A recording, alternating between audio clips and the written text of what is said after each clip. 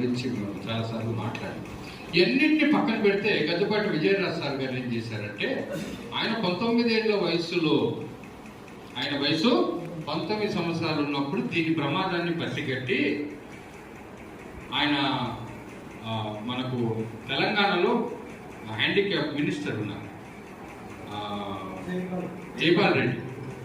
జైపాల్ రెడ్డి గారి యొక్క సహాయ సహకారాలతో ఢిల్లీకి వెళ్ళి ఈ కేసులన్నింటినీ కూడా లాయర్ని కలిసి చాలా పెద్ద పెద్ద లాయర్లను పెట్టి ఆ రోజుల్లోనే కేసు వేసి పెట్టాడు గద్దపాటి విజయరాజ్ గారు.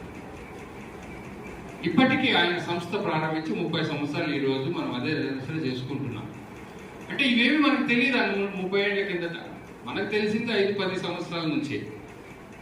భారత ప్రభుత్వం వాళ్ళు 1950లోనే ఇందుకోసం రెడీ చేసి ఒక నల్ల చట్టం పెట్టున్నారు. గద్దపాటి విజయరాజ్ గారు ఈ ప్రమాదం వస్తుందని దీనికి ఒక లాక్ వేద్దామని చెప్పి ఆయన కూడా ఒక కేసు వేసి పెట్టున్నాడు. కానీ ఇన్నేళ్లు కూడా 6 నెలల కంటే ఎక్కువ విలువలేని ఒక చిన్న ప్రెసిడెన్షియల్ ఆర్డర్ పేరా 3లో రాసిన అంశం ఏమంటే, దళితులు ఎవరైనా, షెడ్యూల్డ్ క్యాస్ట్లో ఉన్న వాళ్ళు ఎవరైనా క్రిస్టియానిటీకి పోతే అని రాసేసారు.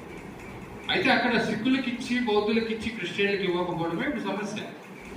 మొన్న కూడా అనంతపురంలో ప్రెస్ నోట్ ఇచ్చి వచ్చారు. మీరు ఇచ్చుంటే ఆర్డర్ 1950లో కరెక్ట్ అయినప్పుడు అలాగే ఉండాలి.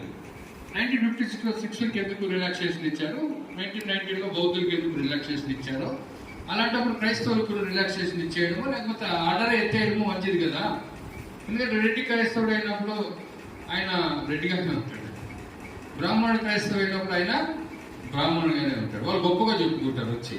మనం కూడా ఒక ఆయన పిలిచినాం కదా.